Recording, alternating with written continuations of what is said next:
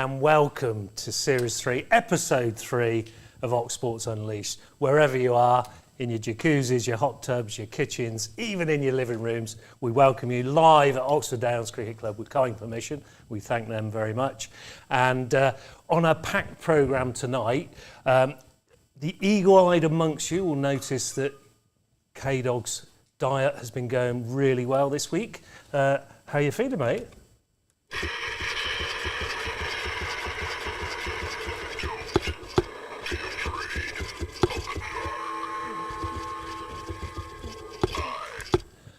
That's interesting. And could you actually tell us what's coming up on tonight's programme?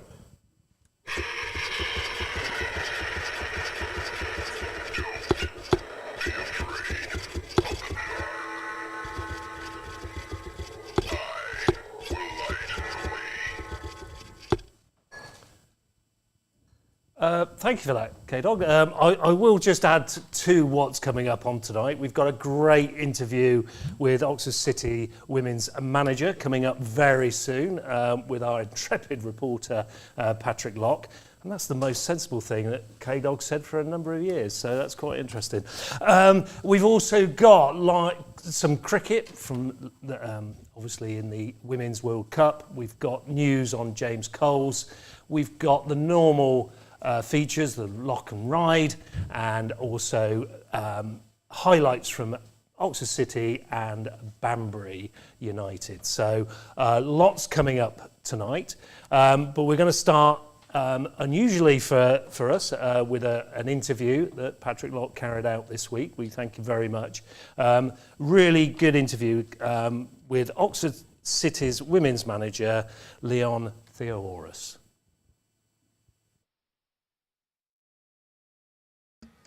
This Sunday, Oxford City women enter the Women's FA Cup first round proper for the first time since 2010.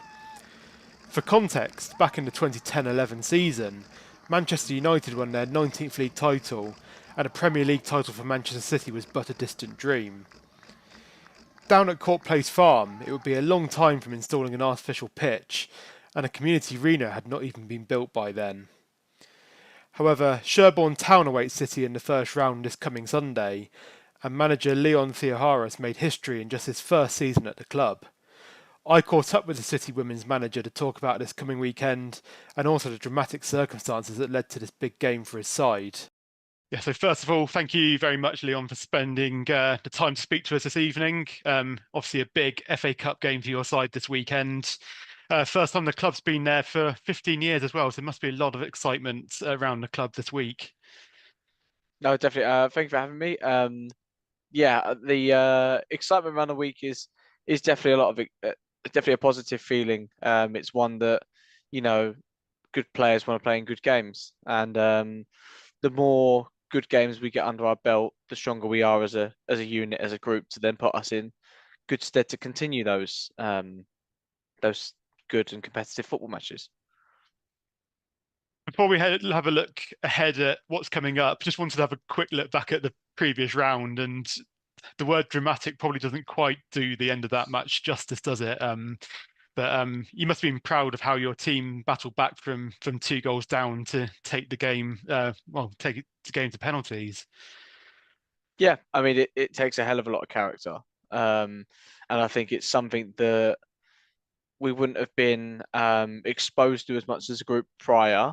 And I think if there's any time to find that out, it's the FA Cup game. And I think, you know, now that we know it, we can definitely see that it's something that we can call upon and rely on in the group. Of course, we would have, you know, liked to do things in better terms, but I think that to have that spirit and camaraderie with each other to go, you know what, we're not gonna give up on anything here. It sounds very cliche, but I think that spirit and not giving up is something that you want to almost lead into battle with these people.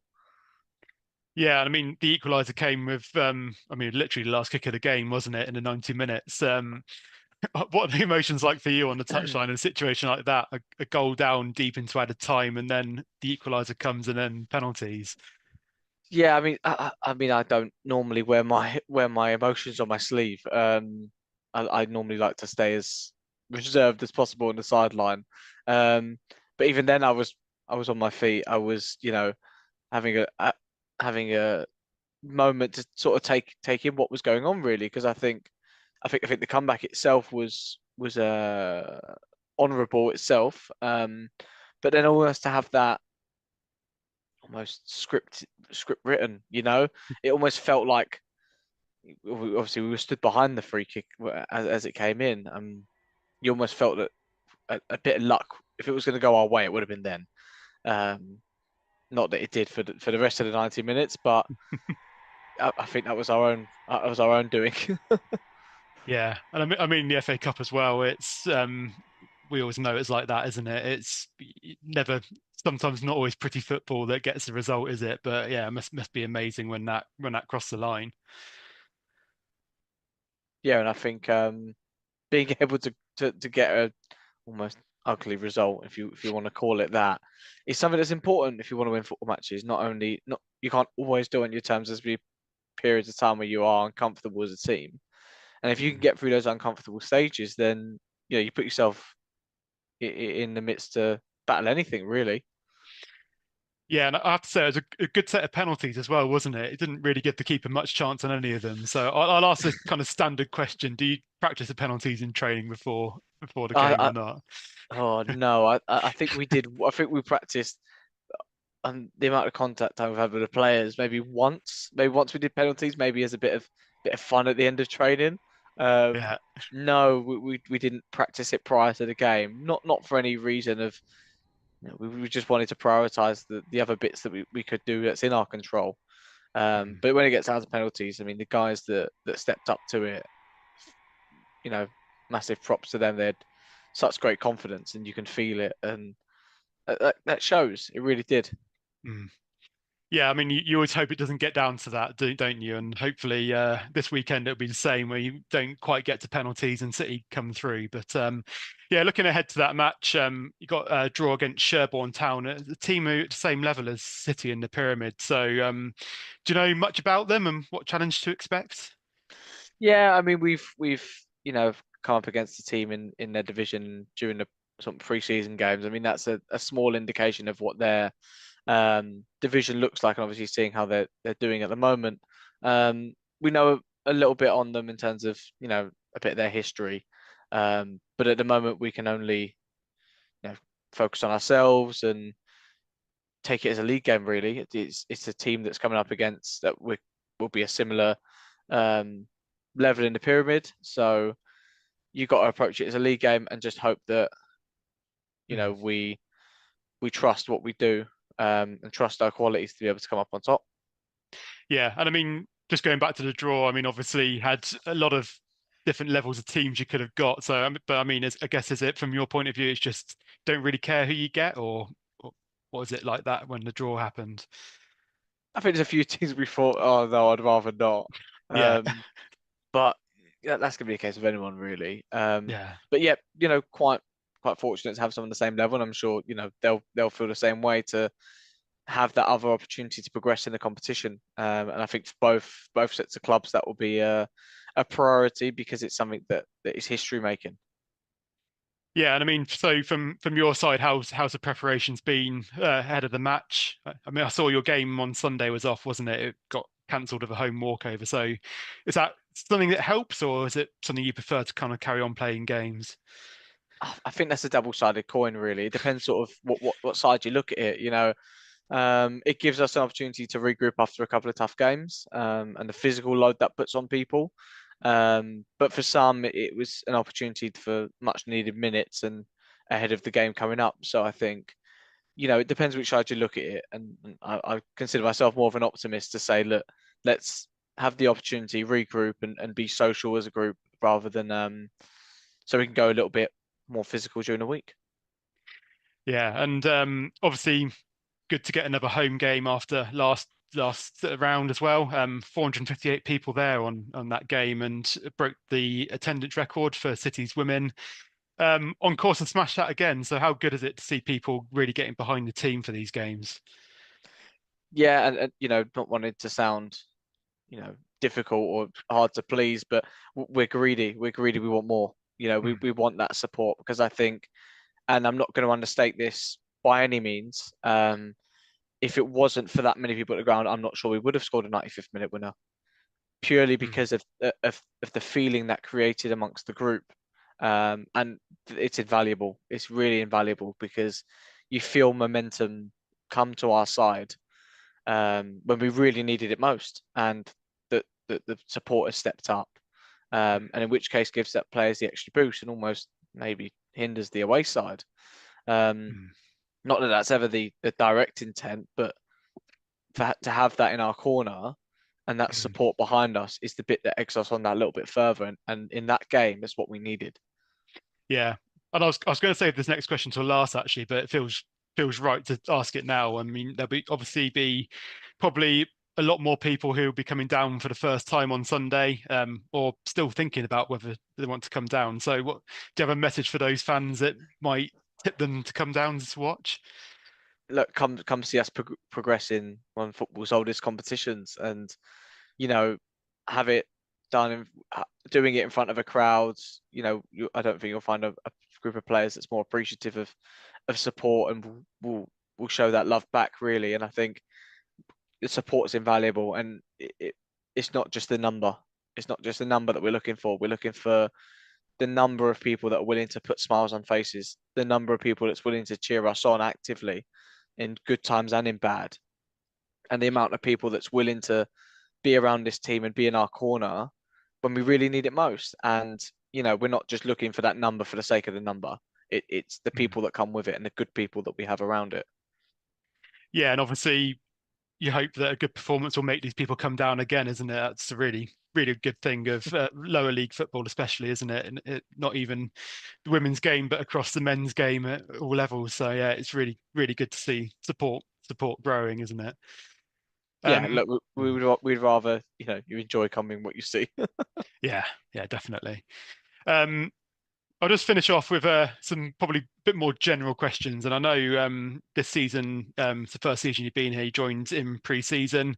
Have you been pleased with it going? How's it all been going for you at City so far in the first few months?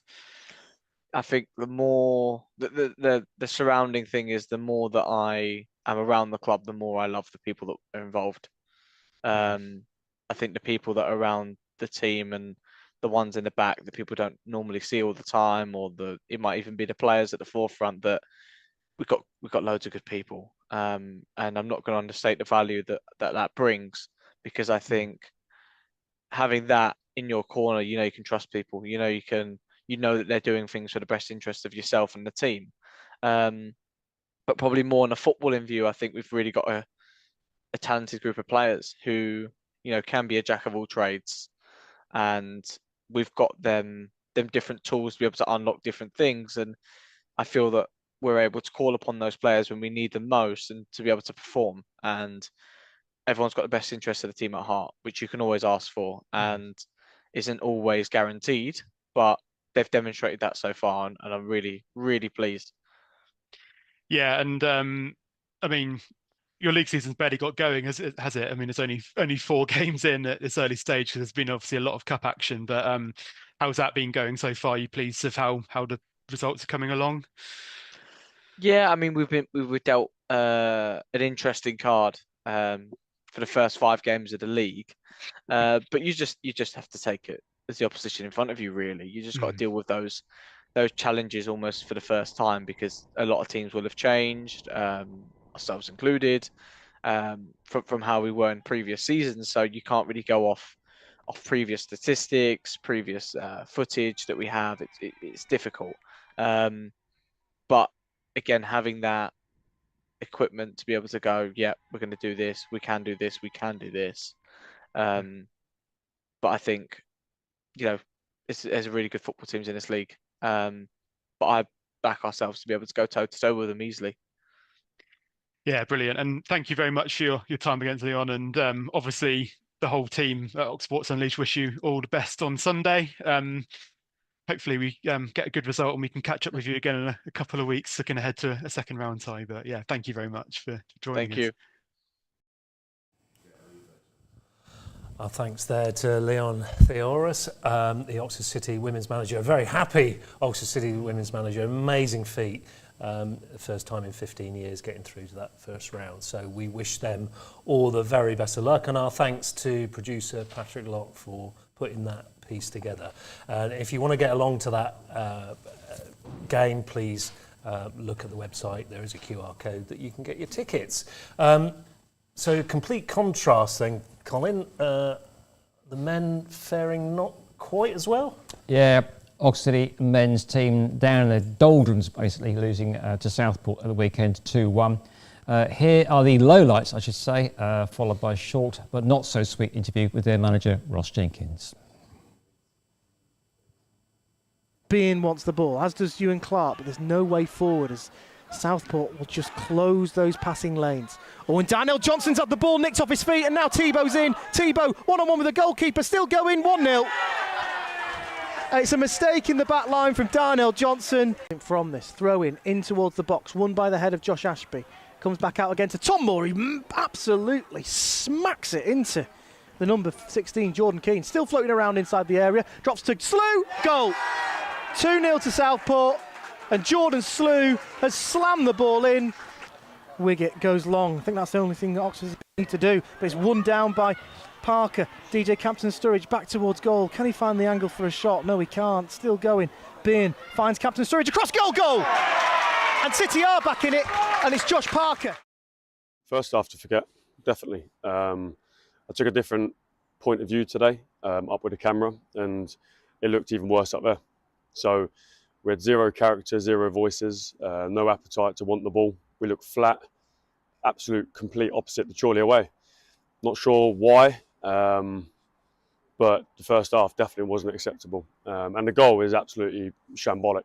I don't know what we're doing. 43 minutes, I think, on the clock, they score. Trying to do drag backs in our back line. Yeah, I'm not having that. So we had to make some changes. We did, and I thought second half we came out and we looked a better team. We looked front-footed. We give it a right go. Ashby's hit the crossbar. Parker's got his goal. We've been in there half more, and we needed to try and affect them more, and we did that. But it shouldn't take 2 changes, 3 changes to make that happen. City was straight back into action as they looked for an immediate response with a relatively short trip over to Bedford town on Tuesday night in National League North. Ross Jenkins' men in desperate need of points against a side close to them in the table. Ex-Oxford United man Tyrone Marsh had different ideas, however, as he swept Bedford town into a 25th minute lead against Ross Jenkins City. City controlled possession throughout the game, but clear-cut chances were few and far between. Jack Bean had this chance as he rounded the keeper, but saw his effort cleared off the line.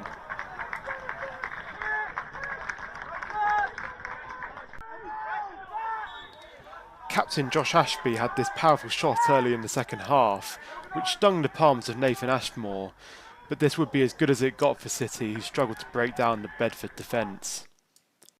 Yeah, very frustrating. Dominated the game, like 5% of the game. I thought it was a much improved performance from Saturday, definitely, and that's what we wanted. On another day, we get a point in the game. Tonight we didn't. And maybe we just lacked a little bit in the final third, a little bit of quality. We got some good areas.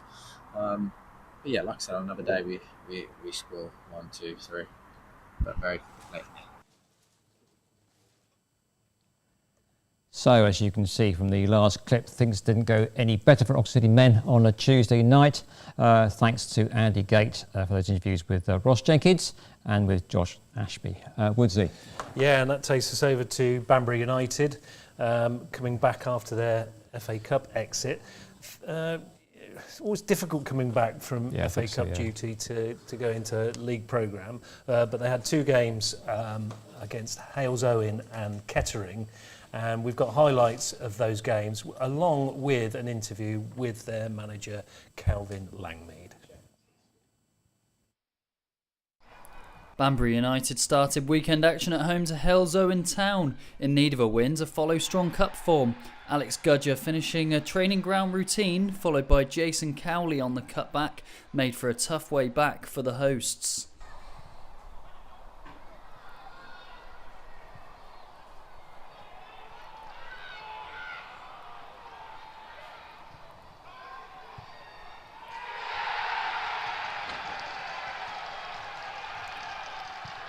An impressive first-time finish from Finn Holmes struck the nail into the Banbury coffin after just 37 minutes. Although no further second-half damage was inflicted, there was no way back.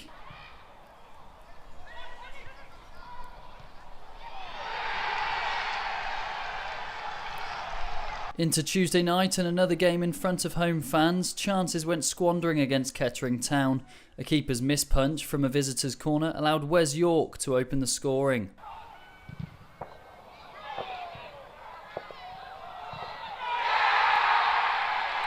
Pushing for an equaliser late on, Banbury abandoned their own goal. From their own box, a Kettering counter allowed them to double their lead just before the final whistle.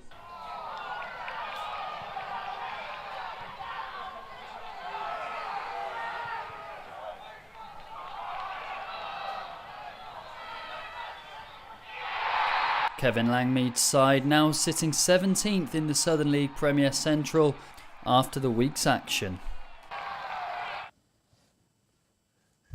There we go. No interview with a manager this week, Kelvin Langmead, but the full interview can be found on our Spotify podcast with Lyon Ryde, which will be available. Well, it is available now, actually. On Spotify. On Spotify, yeah. Absolutely, yeah. So you can catch his reaction to the 3-0 loss against Halesowen and the 2-0 defeat at Kettering.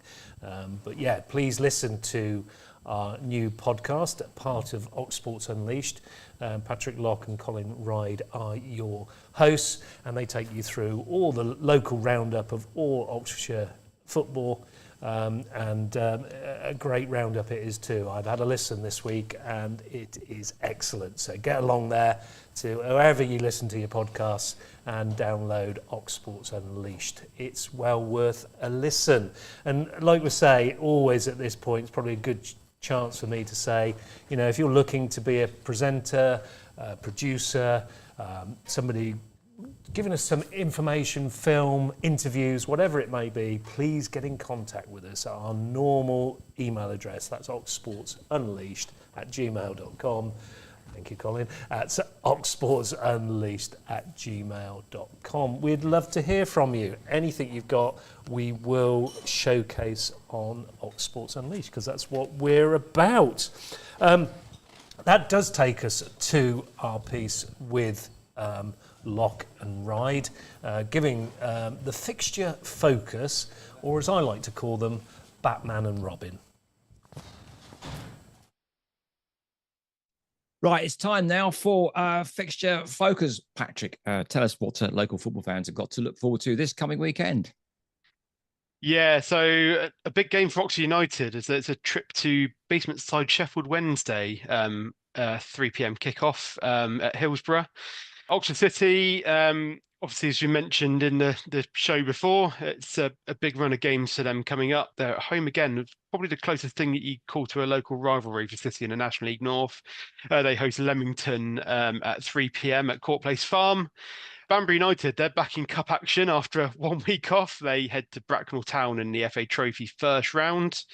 Didcot Town, after a couple of decent journeys in the last 2 weeks, are back at home this weekend. They host Bedford, looking to keep up their decent run of form.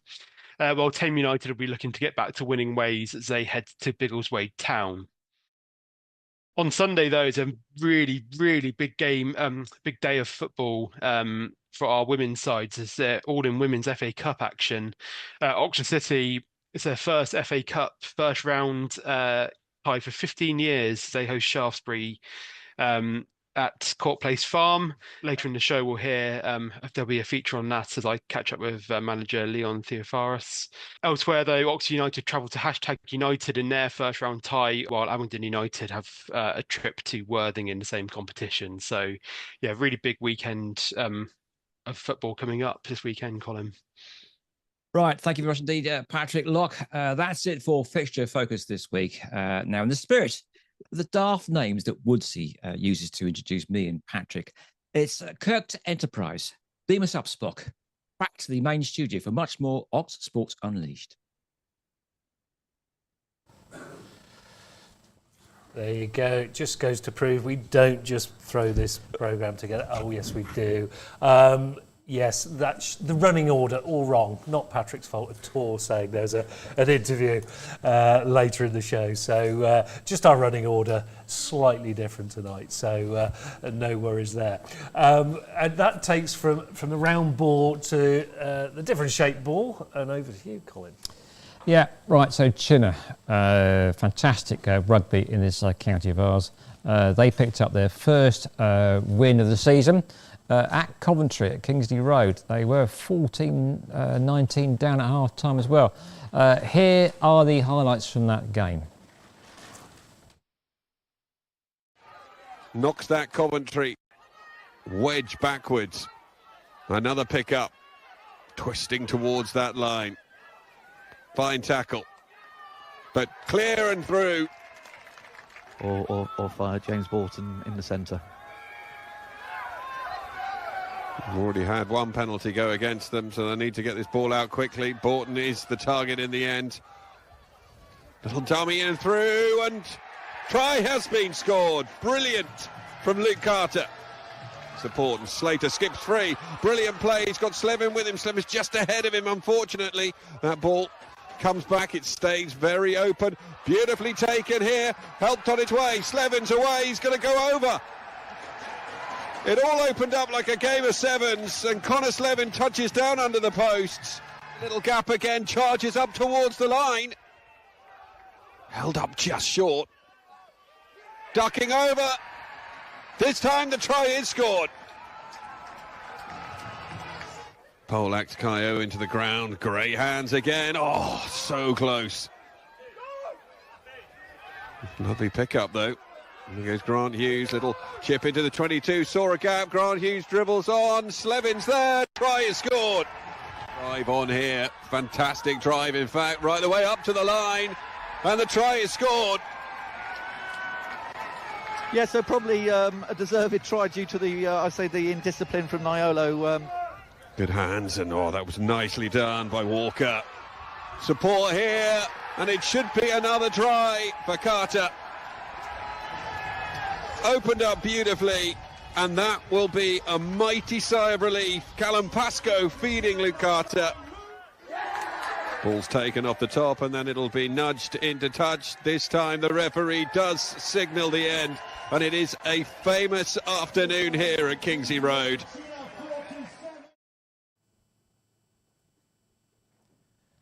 Yeah, very well done to Chinnor there. And now for something completely different, as we are proud to feature our favourite go-karter.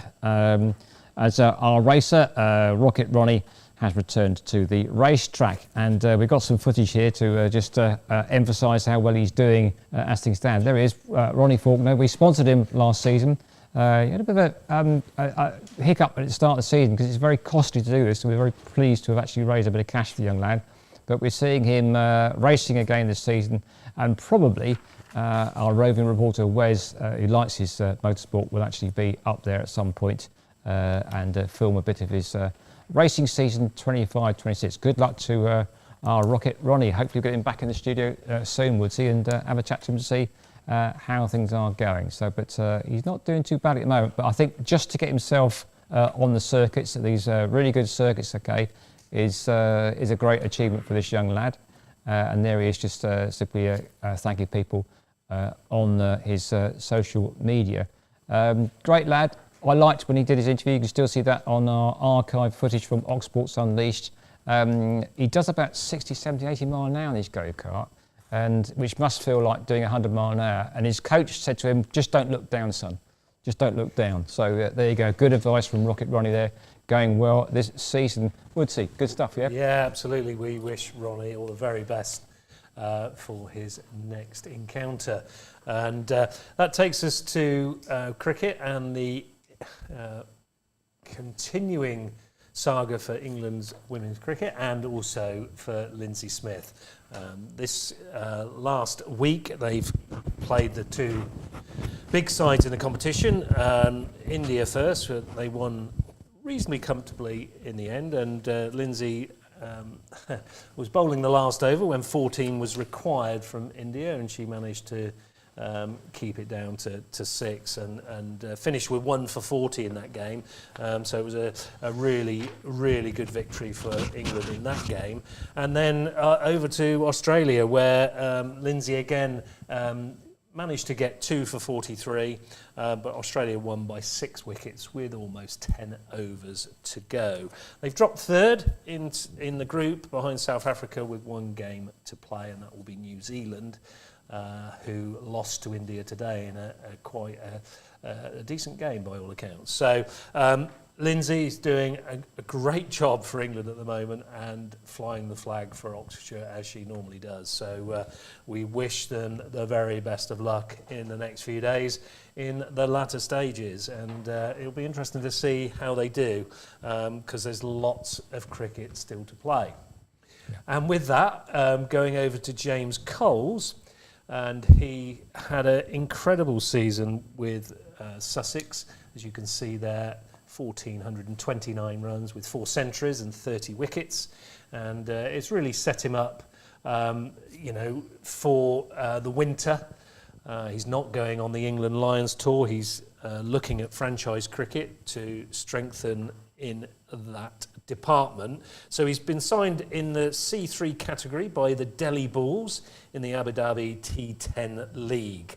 This competition actually runs from the 18th to the 30th of November, and he's got some great teammates. He's got Phil Salt in there, there's James Vince, and even Kieren Pollard. He will head to SA20 in January with 2 times champions Sunrisers. So to Colesy, we wish you all the very best of luck this winter in the franchise cricket. We hope it goes as well as the season you had with Sussex this year. So good luck to you. Colin. Yeah, just say the strange life of franchise cricket these days, because over this summer I've been down at Hampshire watching my Hampshire side. I've seen Colesy play against Hampshire, right? And I've seen him play for Hampshire, right? That's the strange way that these things go. You never know quite who's going to turn up in your different teams in different franchises these days. But back to football, and we should just say that Oxford United Women's Football Club, next up they've got Plymouth Argyle coming, so in the Women's FA National League Cup. So this is good stuff here, local football here. Women's football is really starting to take off. I think the Lions have done a huge job to promote women's football. And don't forget, of course, we've got the Oxford City ladies in action at 2 o'clock down at Court Place Farm in the first round proper of the FA Cup. Right, volunteers always needed for lots of different clubs, especially coaches. Woodsy. Absolutely, yeah. Oxford Blackbirds are looking for coaches, and there you go. Do get in contact with them. You know, if you're looking to be a football coach, you're starting out, or you are, an existing one and want a new challenge. Oxford Blackbirds there are looking for new coaches. So just go on the website, search Oxford Blackbirds FC, and I'm sure you'll find all the relevant information for that. And a guest we've had on a couple of times on Ox Sports Unleashed is a certain young lad of the name of Brad Axe. Great fighting name. for, brilliant name for a boxer, isn't it? He's sort of moved out of the area in some respects, but he's underground at the galleries in Bristol on the 22nd of November 2025. And if you go over to his social media, you'll find that you're able to get some tickets on there, and I think they're £40 each. So it'll be well worth going to support young Brad there, who's trying to get further up the ranks in boxing. So we must wish Brad all the very best for the future. We're getting back in again, I think, because I think when we first spoke to him, he was still a firefighter in the RAF, wasn't he? And still doing it. He's fighting, I suppose it was semi-pro, isn't it? It must be semi-pro. But he looks technically very good, this lad. If you're into your boxing, you want to see a technically good boxer who's got a bright future ahead of him, then Brad Axe is the guy to keep in contact with, and keep your social medias there. Like most guys these days, they've got a good social media presence, so you can keep in contact with them and find out how they're progressing. Still remember of the Axe Gang. Yeah, I know. You are a member of the Axe Gang.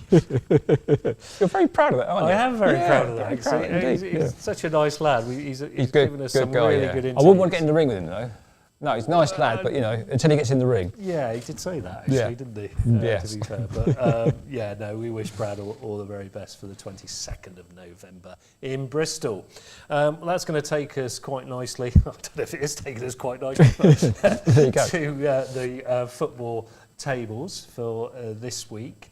And we'll just run through this. Obviously, Oxford United, after the win against Derby, unfortunately did lose to Wrexham, just above them in the league. Yeah. But, and I was at the Derby game, and in all honesty, they should have beaten Derby about 4 or 5-0. Just the one goal from Stan Mills was great, and of course, one goal was the difference between Oxford United and Wrexham. Wrexham came on top that one, the Hollywood side. So they are not out of the woods yet, but hopefully they just have 3 teams worse than them in the season. That's exactly That's the hope. Yeah, definitely. Moving on to the National League North, Oxford City, after their disappointing week, really, are in 22nd, and you know, in that bottom 4, and we just hope that they get some form together and push their way out. The good news is they're not a million miles away. Put a few results together, and they could, you know, end up quite securely in mid-table. So we wish them the luck over the next couple of weeks. Yeah, Banbury United, they just had their league position dented a little bit by some recent losses, but also the fact they've been involved in the FA Cup action. But Kelvin Langby, we said it before, say it again, it's his first year as a manager, having formerly been a player under Andy Wing at Banbury United. But you listen to his interviews on our podcasts and on the Banbury United website and Puritans Radio. He speaks very well. I've got great confidence that he'll actually turn it around and push them back up the league table. Speaks very well. And into the Division 1 Central for the Southern Football League. And Tame United, just mid-table, basically. I think Ben Williams will probably take that, I think, but they are a little bit inconsistent, I think, so that's one of the things he actually says. But if you think about it, they're part-time players who've all got day jobs and families. It's tough getting the same team out to perform in those circumstances week in, week out. But they are 11th at the moment on 13 points, Woodsy. Yeah, good stuff. And a bit further down that league, Didcot Town just above the relegation 4 with 10 points. Getting some results together, so we hope that continues for them in the next few weeks. Yeah, but the 500-mile round trip to Falmouth, I think, coming back with a 2-0 win was a great boost for them, so a fantastic result for them. Right. Oh, yeah, this is good. We got Combined Counties Football League. We've got Cherry Red Records. Highlights in the right place this week, haven't we? We have. We're Yes. not going to actually have North Greenford United not tonight. Figuring. But we have got Hilltop. Yes. Which we always like, One of bringing them, some new teams in. I know.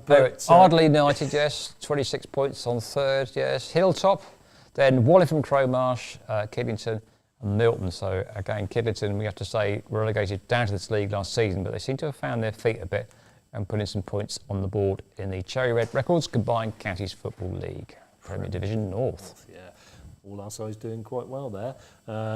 Apart from Northley and Abingdon United, who are a little bit further down in 14th and 15th places respectively, with 11 and 10 points.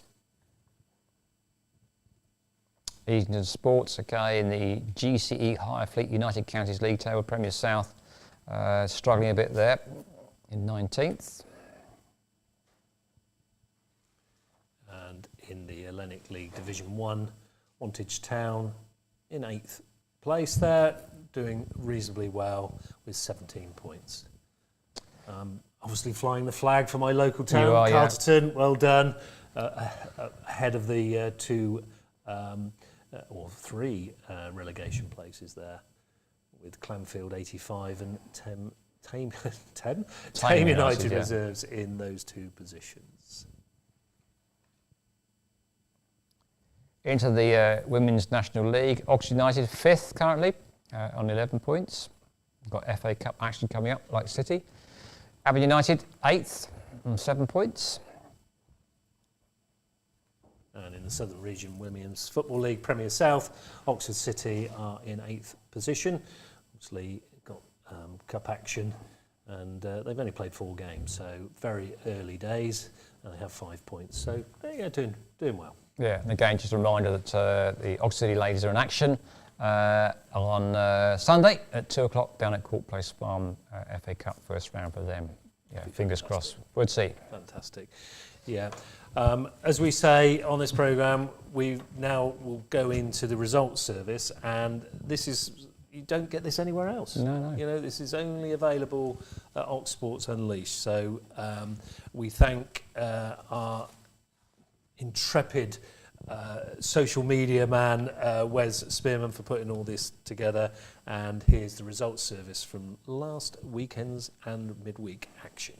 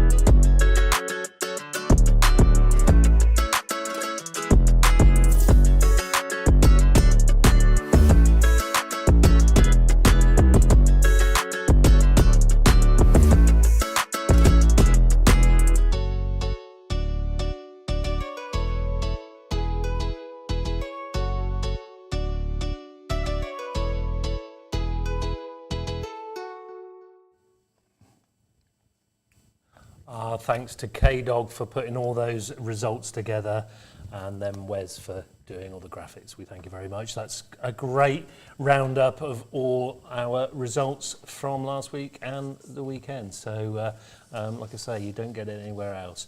The last thing for me really is to just re-emphasise, if you've got anything that you'd like to send to us, any clips, any funny happenings around sports in our county, please send it to us at oxsportsunleashed@gmail.com. That's oxsportsunleashed@gmail.com.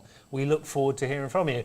And our thanks to Colin for presenting tonight, and for Patrick Locke for producing, and all the normal Wes Spearman and Blake Bint and KDog for all they do behind the scenes. So we thank you very much indeed.